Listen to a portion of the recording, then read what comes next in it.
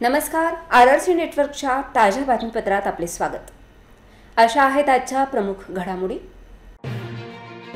Headlines प्रस्तुत करता Marcus the readymade multibrand showroom. सर्वोत्तम quality, fresh stock, latest designs, reasonable rate. LRT college road, Raghuvanshi Mangal कार्यालयाच्या बाजूला, अकोला. श्री राजराजेश्वर मंदिरात आढळले पुरातन भुयार. 2 खोल्यांसह देवदेवतांची चित्रे, बघ्यांची गर्दी. अकोला शहरातील अवैध होर्डिंगवर मनपाची कारवाई. घाटकोपर दुर्घटनेनंतर मनपाला आली जाग.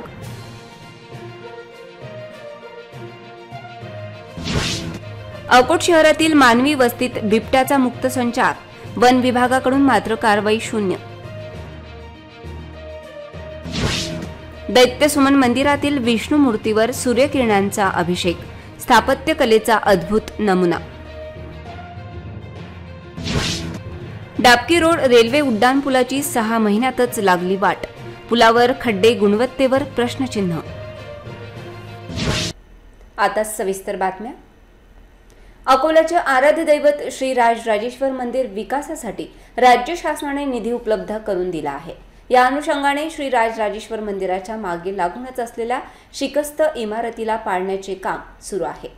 या दरम्यान आज सकाळी या ठिकाणी खोदकाम सुरू असताना 200 ते 250 वर्ष जुने भुयारासारखी दिसणारी पुरातन इमारत आढळल्याने सर्वत्र आश्चर्य व्यक्त केले जात आहे.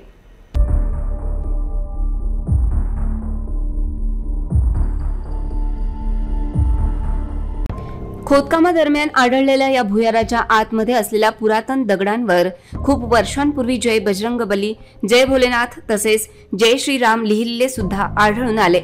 या भुयाराच्या आतमध्ये 2 छोट्या खोल्या बनल्या असून यामध्ये एका भिंतीवर शंकर भगवानची प्रतिमा कोरल्याचे दिसून आले.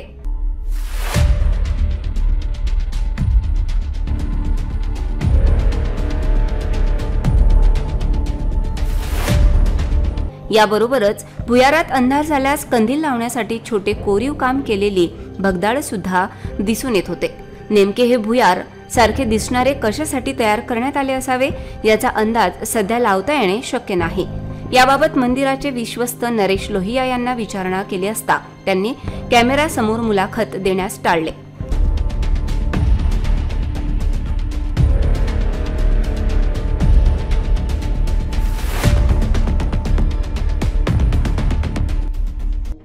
सदर राजराजेश्वर मंदिराचा जीर्णोद्धार 1995 मध्ये झाला होता. त्यावेळी सुद्धा एकावर एक असे 3 छत आढळून आले होते. त्यानुसार पुरातन काळात सुद्धा या मंदिराचा 3 वेळा जीर्णोद्धार झाला असावा अशी माहिती त्यांनी दिली.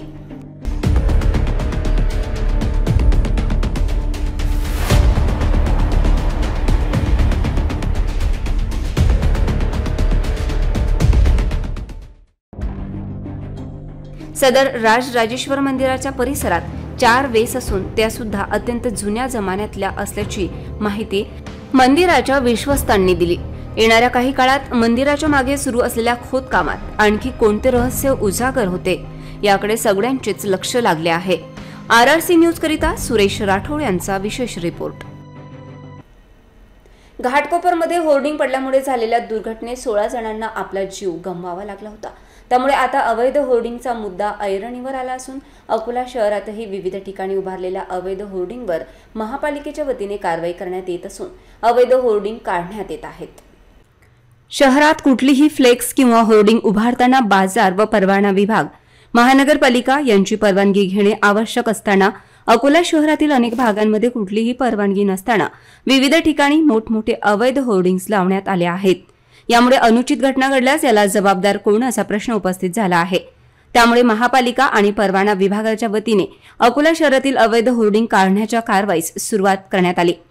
अनधिकृत फ्लेक्स, बॅनर, होर्डिंग असल्यास त्यांच्यावर गुन्हे दाखल करण्यात येतील.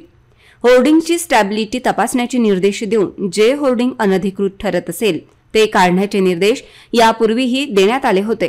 बाजार व परवाना विभागाच्या होर्डिंगबाबत ज्या अटी आहेत त्या जे पूर्ण करतील त्यांनाच होर्डिंगचे ना हरकत प्रमाणपत्र देण्यात यावे. बाजार व परवाना विभाग आणि अतिक्रमण विभाग यांनी अनधिकृत फ्लेक्स, बॅनर, होर्डिंग काढण्याची कारवाई निरंतर सुरू ठेवावी अशा स्पष्ट सूचना देण्यात आल्या आहेत. अकोट शहरातील गोकुळ कॉलनीतील मानवी वस्तीत बिबट्याचा मुक्त संचार वाढला आहे।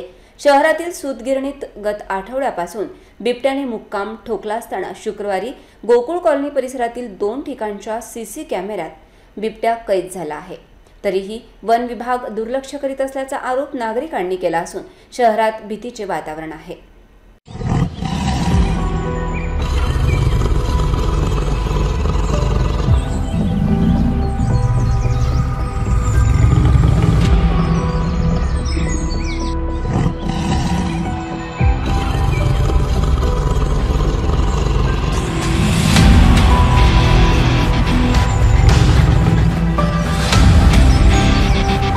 अकोट शहरात गोकुळ कॉलनीमध्ये शुक्रवारी बिबट्याचा मुक्त संचार सीसीटीव्ही कॅमेऱ्यात कैद झाला असून यामुळे परिसरात भीतीचे वातावरण पसरले आहे।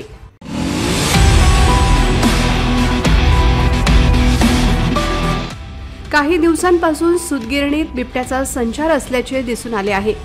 शुक्रवारी सायंकाळी हा बिबट्या पुन्हा दिसून आला असून सीसीटीव्ही कॅमेऱ्यात कैद झाला आहे। शुक्रवारी पहाटे गोकुळ कॉलनीमधील एका सीसीटीव्ही कॅमेऱ्यात बिबट्या ऐटीत चालत कैद झाला आहे।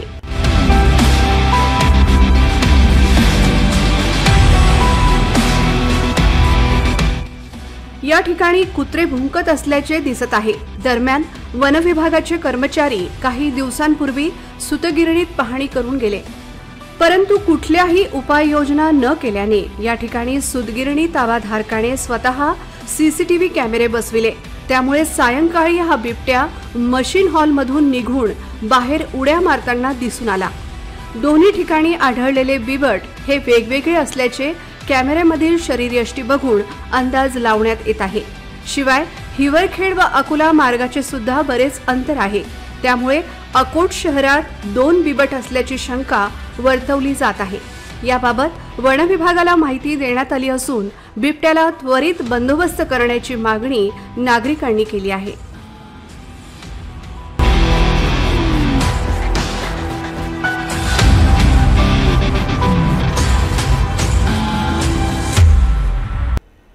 बुलढाणा जिल्ह्यातील लोणार येथील वास्तुकलेचा अद्भुत नमुना असलेल्या दैत्यसुदन मंदिरातील भगवान विष्णू यांच्या मूर्तीच्या ललाटी 14 ते 19 मे दरम्यान सूर्यकिरणांचा अभिषेक होत आहे। ज्याप्रमाणे अयोध्येत रामललांच्या मूर्तीला सूर्यकिरणांचा अभिषेक झाला, त्याचप्रमाणे लोणारच्या मंदिरात दरवर्षी विष्णुमूर्तीला मे महिन्यात 5 दिवस सूर्यकिरणांचा अभिषेक होत असतो। बुलढाणा जिल्ह्यातील लोणार येथे उल्कापातामुळे झालेल्या जागतिक दर्जाच्या खाऱ्या पाण्याच्या सरोवरामुळे वैज्ञानिक महत्त्व प्राप्त झाले आहे। सोबतच लोणार शहराला आध्यात्मिक महत्त्व आहे। सरोवर परिसरात अनेक पौराणिक मंदिरे आहेत। या मंदिरांमध्ये वास्तुकलेचा अद्भुत नमुना पाहायला मिळतो। तर दैत्यसुदन भगवान विष्णूच्या मंदिरात मूर्तीच्या कपाळी सूर्यकिरणांचा अभिषेक दरवर्षी होत असतो। यावर्षी 14 मे ते 19 मे दरम्यान दररोज सकाळी 11 वाजता 10 मिनिटांसाठी 5 दिवस हा सूर्यकिरणांचा अभिषेक होत असतो। हा अभिषेक पाहण्यासाठी परिसरातील नागरिक मोठी गर्दी करताना दिसत आहे। मंदिरामध्ये वास्तुशास्त्र आणि खगोलशास्त्राची सांगड घातली गेल्याने हा किरणोत्सव 5 दिवस साजरा होतो। मंदिर बांधकामाची हेमाडपंथी शैली अतिशय सुबक आणि मनमोहक आहे। बाहेरून हे मंदिर अनियमित ताऱ्यासारखं दिसतं। मंदिराचं आवार प्रशस्त आणि फरसबंदी आहे।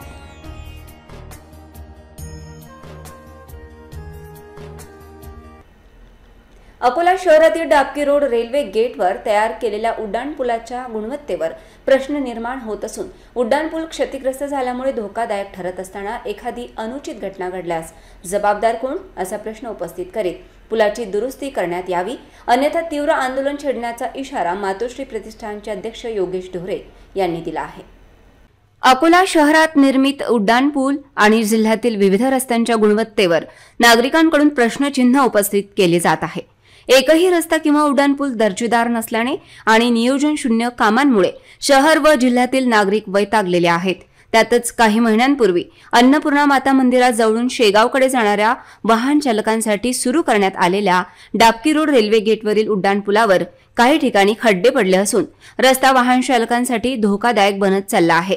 त्यामुळे भरधाव वेगाने उड्डाणपुलावरून धावणाऱ्या वाहनांचा अपघात झाल्यास याला जबाबदार नेमके कोणाला धरायचे असा प्रश्न या निमित्ताने उपस्थित होत आहे।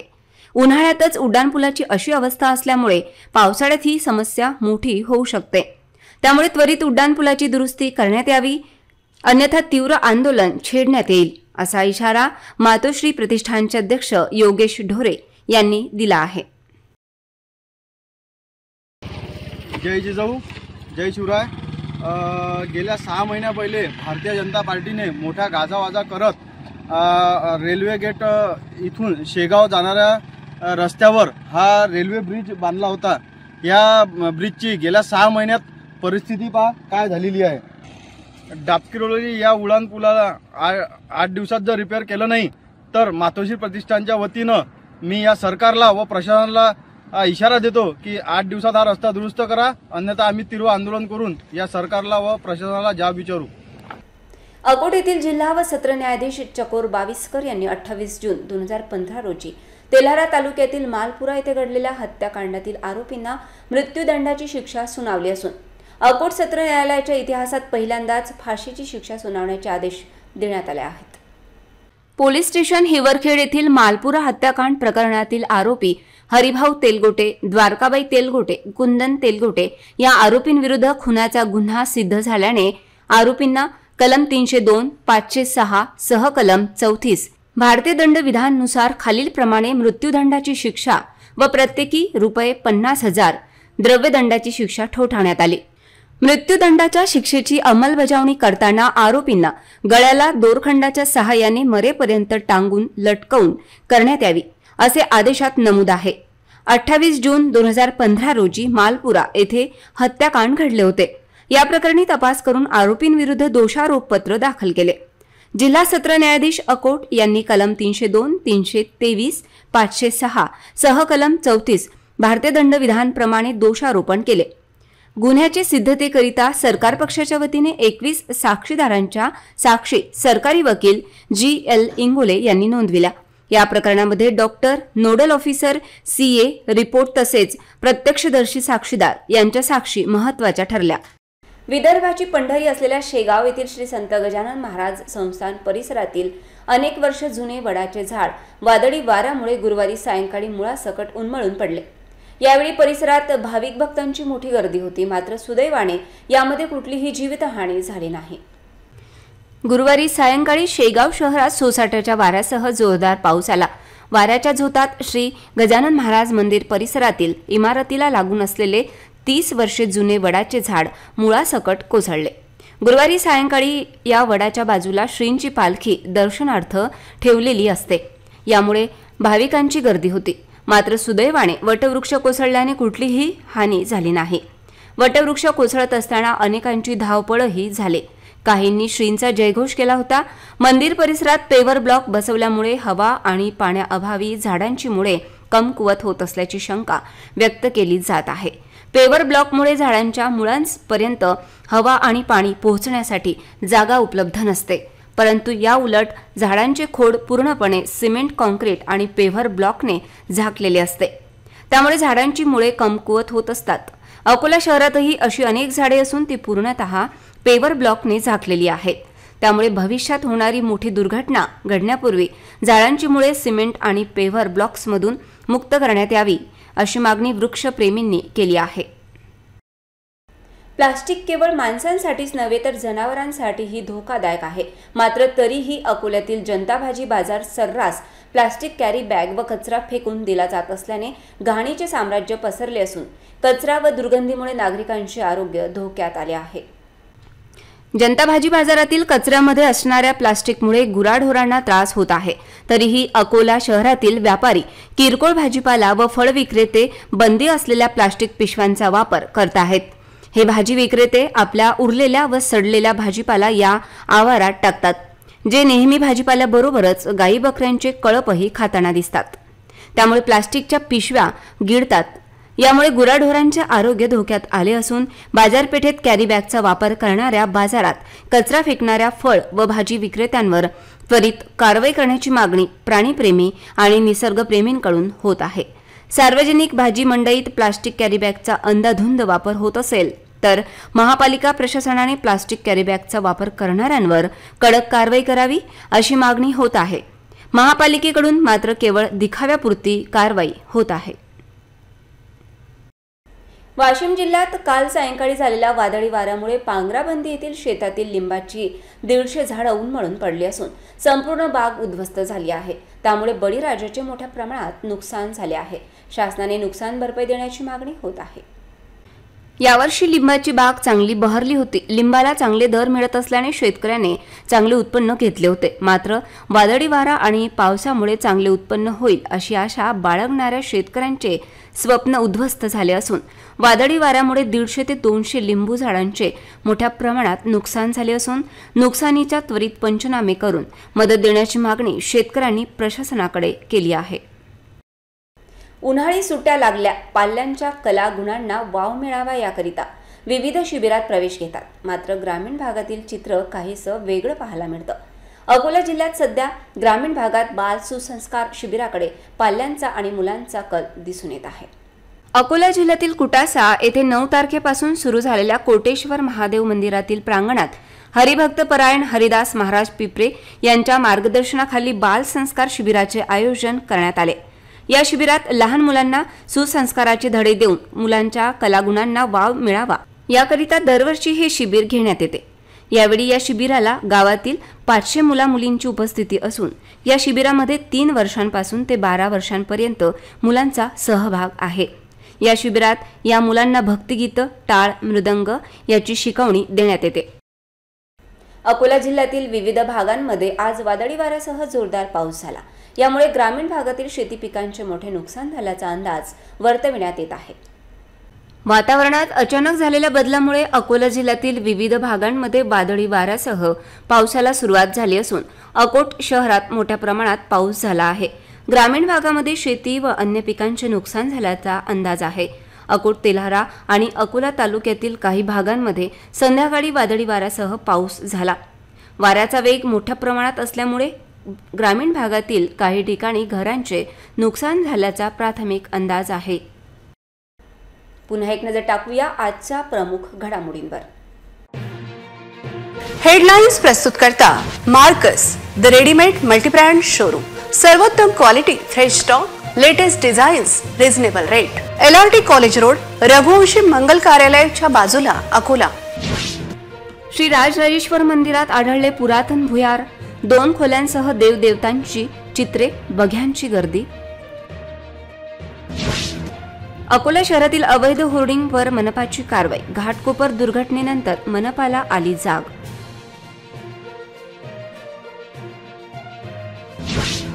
अकोट शहरातील मानवी वस्तीत बिबट्याचा मुक्त संचार.